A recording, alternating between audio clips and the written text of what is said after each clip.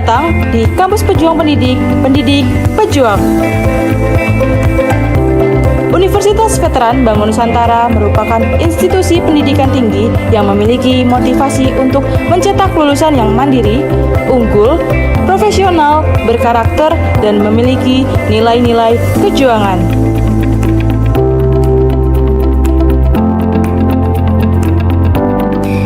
Saya Rektor Universitas Veteran Bangun Nusantara, Profesor Dr. Farida Nugrahani Magister Humaniora.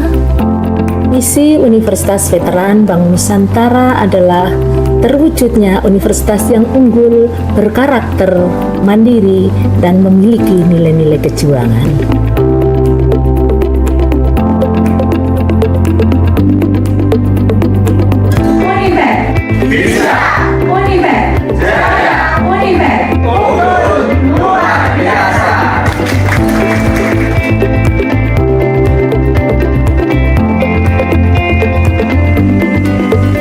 Kampus Universitas Veteran Bangun Nusantara terdiri dari 6 fakultas unggulan dan 1 program pasca sarjana. Univet Bantara memiliki peringkat ke-97 antar perguruan tinggi se-Indonesia, dilansir melalui website EduRank.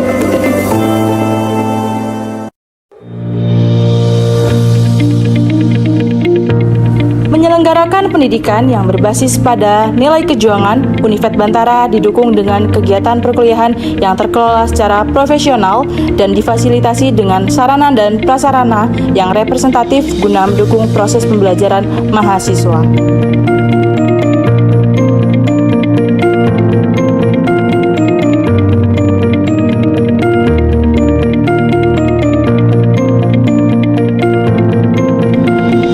Bantara secara intens melaksanakan penelitian guna menunjang pengembangan iptek dan sosial budaya sekaligus sebagai wadah untuk memberikan kompetensi serta keahlian khusus untuk mahasiswa dalam menyongsong masa depan yang penuh dengan tantangan.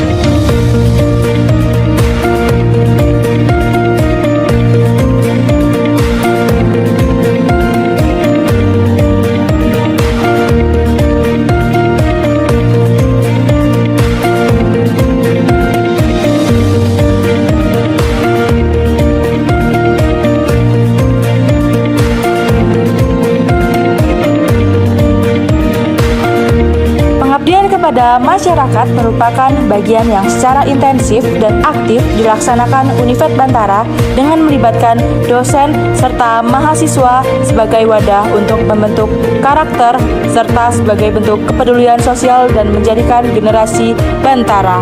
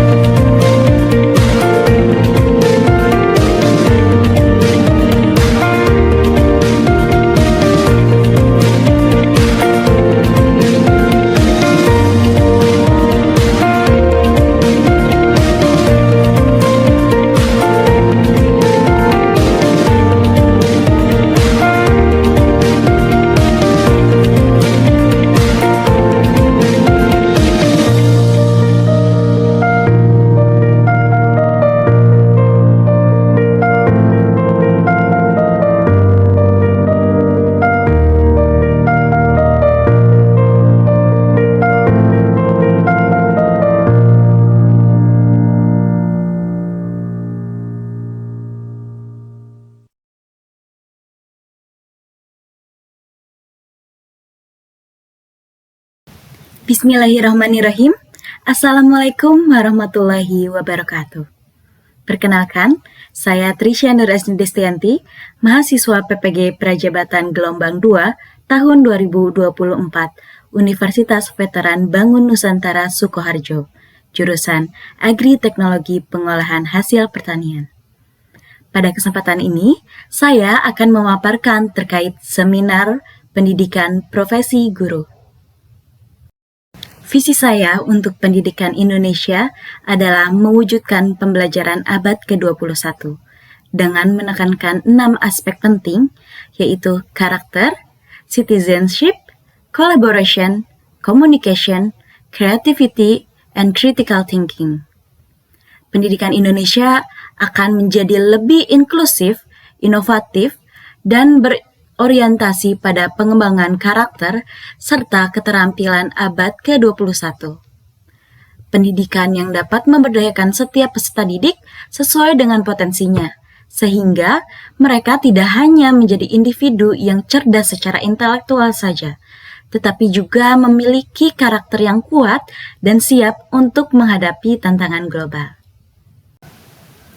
Adapun visi pribadi saya sebagai calon guru yaitu menjadi pendidik yang inspiratif, inovatif, dan berorientasi pada pengembangan karakter serta keterampilan peserta didik. Saya ingin membangun lingkungan belajar yang aktif, menyenangkan, dan bermakna di mana peserta didik tidak hanya menerima ilmu saja, tetapi juga mendorong untuk berpikir kritis, kreatif, serta memiliki sikap tanggung jawab dan kepedulian sosial. Selain itu, saya ingin menjadi guru yang terus belajar, selalu meningkatkan kompetensi profesional, serta mampu beradaptasi dengan perubahan zaman. Untuk mencapai visi saya sebagai guru yang inspiratif, inovatif, dan berorientasi pada peserta didik, ada beberapa langkah yang dapat saya lakukan. Yang pertama, yaitu mengembangkan kompetensi pedagogik dan profesional.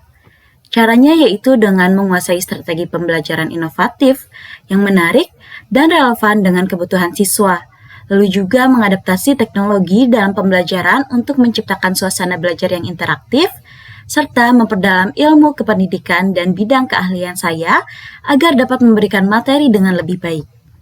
Langkah kedua, membangun karakter dan kepemimpinan sebagai pendidik. Caranya dengan menjadi guru yang disiplin, berintegritas, dan menjadi teladan bagi peserta didik. Lalu mengembangkan empati dan komunikasi yang baik dengan peserta didik, rekan guru, dan orang tua. Selanjutnya yaitu meningkatkan kemampuan sebagai pembicara, moderator, atau fasilitator agar dapat berbagi ilmu lebih luas. Langkah yang ketiga yaitu menerapkan pendekatan pembelajaran yang berpusat pada peserta didik. Dengan cara menggunakan metode berbasis proyek, diskusi, dan eksplorasi agar siswa lebih aktif dengan mendorong peserta didik untuk berpikir kritis, kreatif, serta memiliki jiwa kepemimpinan dan kolaborasi. Lalu juga dapat memberikan ruang bagi peserta didik untuk mengeksplorasi minat dan bakatnya agar lebih berkembang.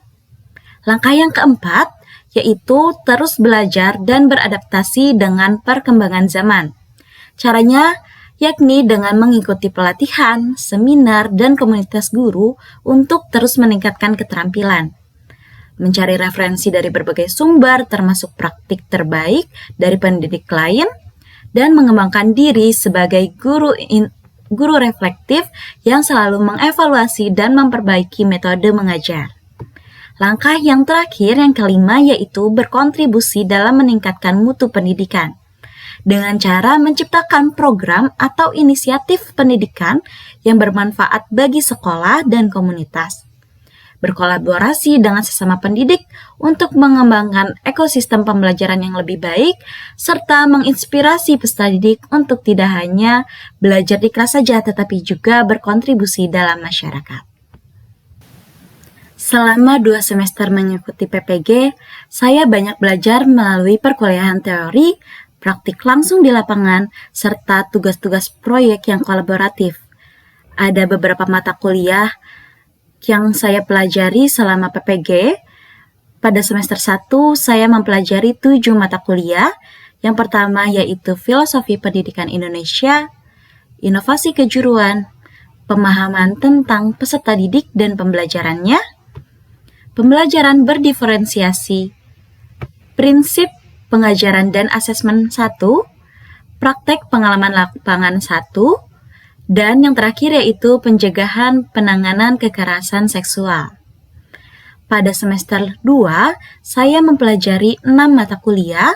Yang pertama yaitu Pembelajaran Sosial Emosional, selanjutnya Pendidikan Kewirausahaan, Prinsip Pengajaran dan Asesmen 2, Praktek Pengalaman Lapangan 2, Proyek Kepemimpinan, serta terakhir yaitu Seminar Pendidikan Profesi Guru.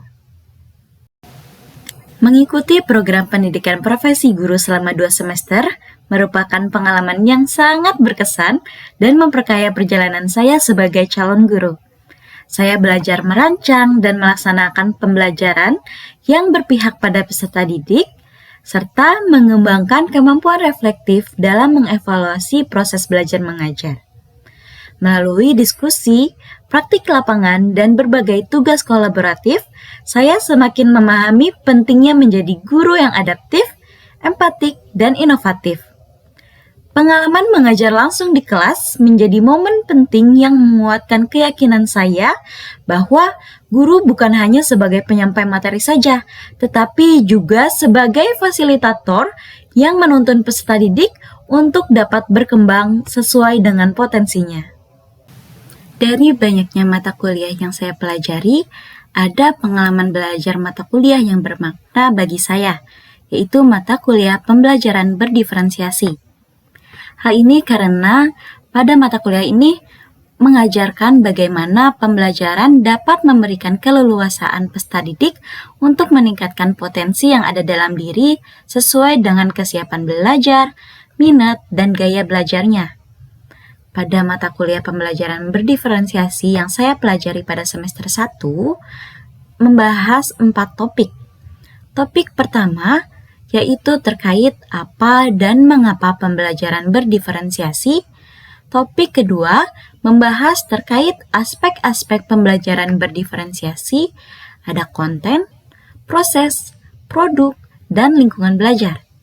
Topik ketiga membahas terkait implementasi pembelajaran berdiferensiasi dengan menggunakan berbagai model pembelajaran.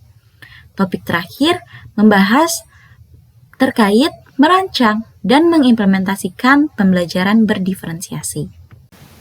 Dari mata kuliah pembelajaran berdiferensiasi, saya merefleksikan nilai bermakna. Yang pertama yaitu terkait aspek-aspek pembelajaran berdiferensiasi yang terdiri dari 4 aspek. Aspek pertama yaitu konten. Apa yang dipelajari oleh peserta didik dan dari mana mereka memulai. Pada aspek konten, penerapan pembelajaran diferensiasi menekankan pada modifikasi atau penyesuaian dalam metode yang digunakan peserta didik untuk mengakses atau mempelajari konten utama pembelajaran daripada mengubah konten itu sendiri, misalnya dengan membaca sendiri, membaca bersama, teks dengan gambar, pemahaman mendengarkan, riset online, wawancara dengan pakar, demonstrasi kelompok, dan juga pengajaran kelompok kecil. Aspek kedua yaitu proses. Cara guru membantu peserta didik belajar melalui instruksi pengajaran dan asesmen. Diferensiasi pada proses mengacu pada bagaimana peserta didik akan memahami atau memaknai materi yang dipelajari. Pembelajaran yang sesungguhnya yang memungkinkan peserta didik untuk mengingat, menerapkan, dan mentransfer konten. Aspek yang ketiga yaitu produk. Cara peserta didik mendemonstrasikan pembelajaran mereka melalui asesmen dan pembelajaran atau evaluasi. Penugasan produk menjadi penting bukan hanya karena produk tersebut mewakili pemahaman dan penerapan luas peserta didik saja, namun juga karena produk merupakan elemen kurikulum yang paling dapat langsung dimiliki oleh peserta didik. Oleh karena itu, penugasan produk yang dirancang dengan baik dapat sangat memotivasi peserta didik. Dan aspek yang terakhir yaitu aspek lingkungan belajar. Kondisi untuk belajar. Lingkungan belajar ini merupakan salah satu hal yang penting untuk diperhatikan karena berkaitan dengan keberlangsungan suatu proses pembelajaran dalam kelas. Berkaitan dimaksud dengan lingkungan belajar adalah suatu kondisi, pengaruh, serta rangsangan yang berasal dari luar yang memberi pengaruh pada peserta didik, seperti pengaruh fisik, sosial, dan intelektual. Refleksi nilai bermakna lainnya yaitu model pembelajaran berdiferensiasi yang terdiri dari 16 model. Adapun artefak dari refleksi pembelajaran berdiferensiasi yang saya pilih yaitu tugas demonstrasi kontekstual topik 4, yakni simulasi pembelajaran berdiferensiasi berdasarkan modul ajar. Modul pembelajaran berdiferensiasi yang saya pakai yaitu gaya belajar atau learning style. Pada pelaksanaan simulasi pembelajarannya, ternyata dari satu kelas terdapat 3 gaya belajar. Yang pertama yaitu visual sebanyak 12 orang atau dengan persentase 43%. Untuk gaya belajar auditori tidak ada, 0 peserta didik, 0%. Untuk gaya belajar kinestetik sebanyak 14 peserta didik atau 50%, dan gaya belajar baca tulis sebanyak 2 peserta didik atau 7%. Adapun link artefak yang saya lampirkan dapat di-scan melalui barcode berikut. Ada 6 alasan mengapa saya memilih tugas demonstrasi kontekstual topik 4 sebagai artefak dari refleksi pembelajaran berdiferensiasi. Alasan pertama yaitu penerapan teori dalam praktik. Kegiatan ini menunjukkan penerapan teori yang telah saya pelajari pada perkuliahan ke dalam pembelajaran di kelas. Alasan kedua yaitu prinsip pembelajaran berdiferensiasi. Artefak ini mencerminkan kemampuan dalam menerapkan prinsip pembelajaran berdiferensiasi ke dalam praktik kelas. Alasan ketiga yaitu strategi pembelajaran yang adil dan setara, dengan menyusun strategi pembelajaran yang memastikan setiap peserta didik dapat mendapatkan kesempatan belajar sesuai dengan potensi dan gaya belajarnya. Alasan keempat yaitu keterlibatan aktif peserta didik, dengan menunjukkan kemampuan dalam membangun keterlibatan aktif seluruh peserta didik dalam proses pembelajaran. Alasan kelima yaitu penyusunan skenario pembelajaran, menuntut kemampuan berpikir kritis dalam menyusun skenario pembelajaran dari aspek konten, proses, hingga produk yang dihasilkan. Alasan yang terakhir yaitu representasi profesionalisme guru. Artefak ini menjadi bukti integrasi kepemimpinan pembelajaran, pengelolaan kelas, dan penerapan pembelajaran berdiferensiasi secara utuh. 6 alasan ini yang menjadi dasar bahwa saya telah merefleksikan mata kuliah pembelajaran berdiferensiasi. Setelah mengetahui apa itu pembelajaran berdiferensiasi, apa saja aspek-aspeknya, serta model pembelajaran diferensiasi, mengajarkan saya bahwa keadilan bukan berarti semua mendapatkan hal yang sama, tetapi semua mendapat yang mereka butuhkan. Sebagai seorang guru, saya harus merancang pembelajaran yang berpihak kepada peserta didik. Bagaimana cara agar potensi yang mereka miliki dapat berkembang secara optimal.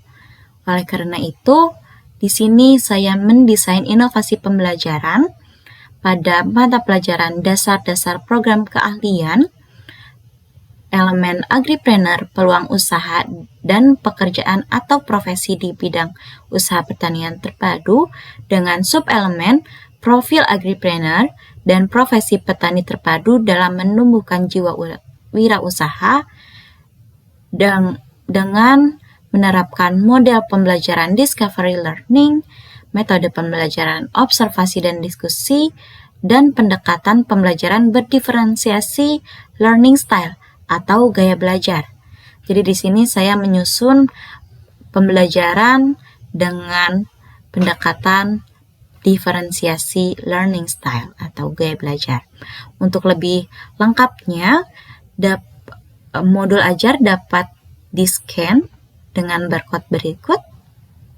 Desain inovasi pembelajaran berdiferensiasi yang saya rancang mengimplementasikan 4 aspek pembelajaran berdiferensiasi, yakni diferensiasi konten, proses, produk, dan lingkungan belajar, dengan menerapkan model pembelajaran berdiferensiasi yaitu learning style atau gaya belajar. Di sini ada 4 gaya belajar peserta didik, yakni visual, auditory, kinestetik, dan baca tulis. Pertama kita bahas terkait diferensiasi konten. Untuk gaya belajar visual, pada saat mengidentifikasi masalah, peserta didik itu akan membuat skema atau peta konsep dari informasi yang mereka lihat di video, serta merumuskan pertanyaan atau masalah berdasarkan hubungan-hubungan yang mereka lihat. Untuk gaya belajar auditori, akan mendiskusikan secara lisan dalam kelompok kecil apa yang mereka dengar dan pahami dari video, serta merumuskan pertanyaan atau masalah secara verbal. Untuk gaya belajar kinestetik, akan menuliskan ide atau jawaban pada kertas di dinding kelas dengan bergerak ke setiap kertasnya. Dalam proses ini, mereka merumuskan masalah sambil bergerak di sekitar kelas. Dan untuk gaya belajar baca tulis, akan menulis ringkasan dari video yang ditonton dan merumuskan pertanyaan atau masalah secara tertulis. Selanjutnya, diferensiasi proses. Untuk gaya belajar visual, pada saat pengumpulan informasi tambahan, akan mengamati infografis atau bahan visual tambahan untuk memperkaya informasi. Lalu gaya belajar auditori akan menonton dan mendengarkan video terkait agripreneur dan profesi petani terpadu, serta mencatat poin penting secara verbal. Untuk gaya belajar kinestetik, akan terlibat dalam diskusi kelompok yang melibatkan aktivitas fisik. Dan untuk gaya belajar baca tulis, akan membaca artikel atau sumber tertulis terkait agripreneur dan profesi petani terpadu, kemudian mencatat informasi penting. Selanjutnya, untuk diferensiasi produk sendiri, gaya belajar visual akan membuat poster terkait ciri-ciri agripreneur, peran agripreneur, dan dampak profesi petani terpadu. Untuk gaya auditori akan menyampaikan penjelasan verbal dalam bentuk podcast terkait ciri-ciri agripreneur, peran agripreneur, dan dampak profesi petani terpadu. Untuk gaya belajar kinestetik akan menulis hasil pemahaman atau jawaban terkait ciri-ciri agripreneur, peran agripreneur, dan dampak profesi petani terpadu pada kertas di dinding kelas dengan bergerak ke setiap kertas. Dan yang terakhir, itu akan melakukan simulasi atau role play sebagai seorang agripreneur dan juga seorang yang memiliki profesi petani terpadu. Terakhir, untuk gaya belajar baca tulis akan menulis catatan dan menjelaskan terkait ciri-ciri agripreneur, peran agripreneur, dan dampak profesi petani terpadu. Untuk lingkungan belajar sendiri, karena ini kegiatannya secara berkelompok, jadi lingkungan belajarnya secara berkelompok. Berikut merupakan kegiatan pembelajaran yang dilakukan dengan menerapkan model pembelajaran Discovery Learning dengan pembelajaran berdiferensiasi gaya belajar. Pada tahap pendahuluan, peserta didik akan diperhatikan keadaan fisik, psikisnya dengan sapaan, doa, dan pemberian salam.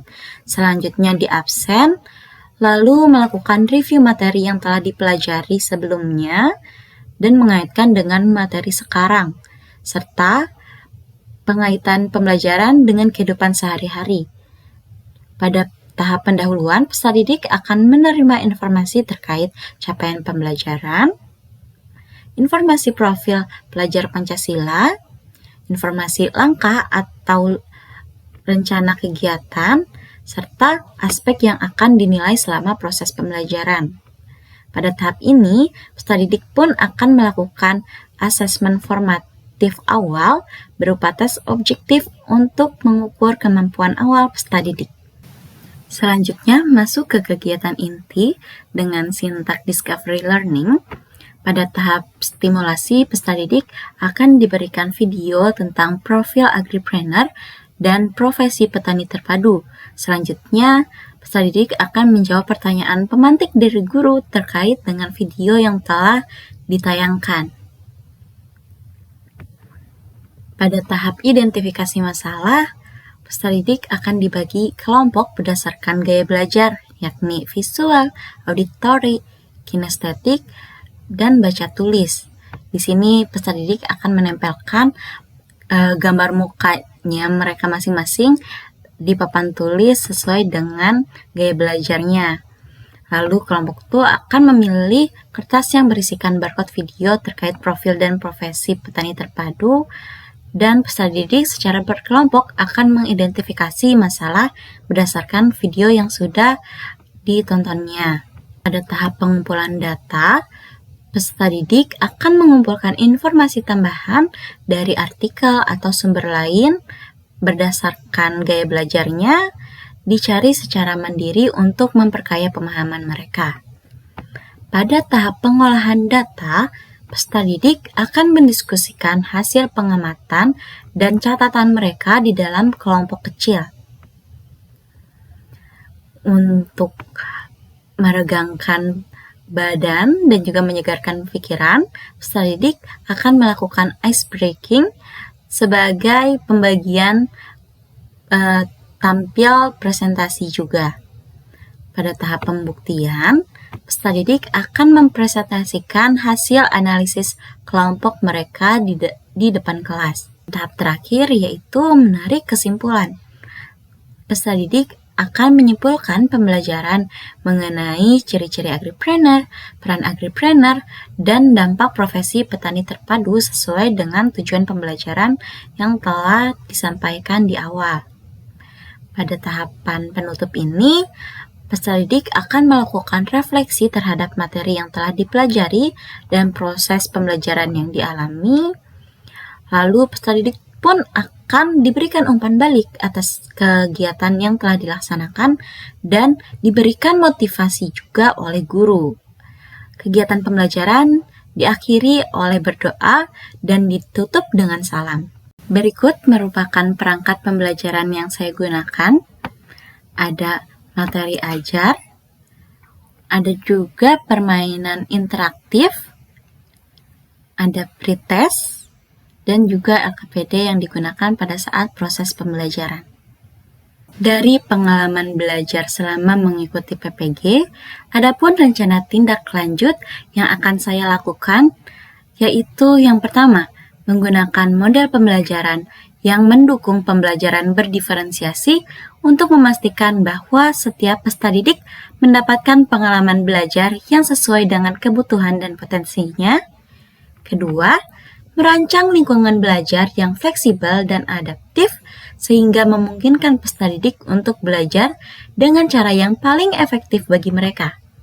Ketiga, mengintegrasikan prinsip asesmen formatif dalam proses pembelajaran untuk dapat memahami perkembangan peserta didik dan memberikan intervensi yang tepat.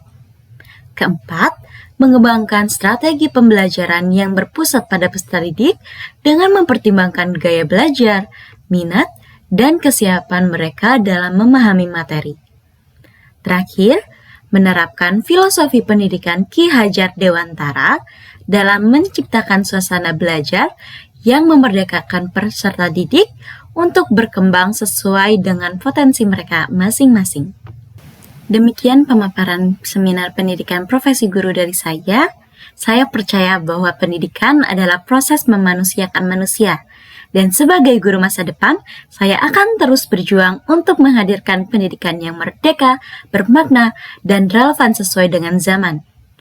Saya Trisha, terima kasih atas perhatiannya. Mohon maaf apabila ada kekurangan dan kesalahan kata. Wassalamualaikum warahmatullahi wabarakatuh.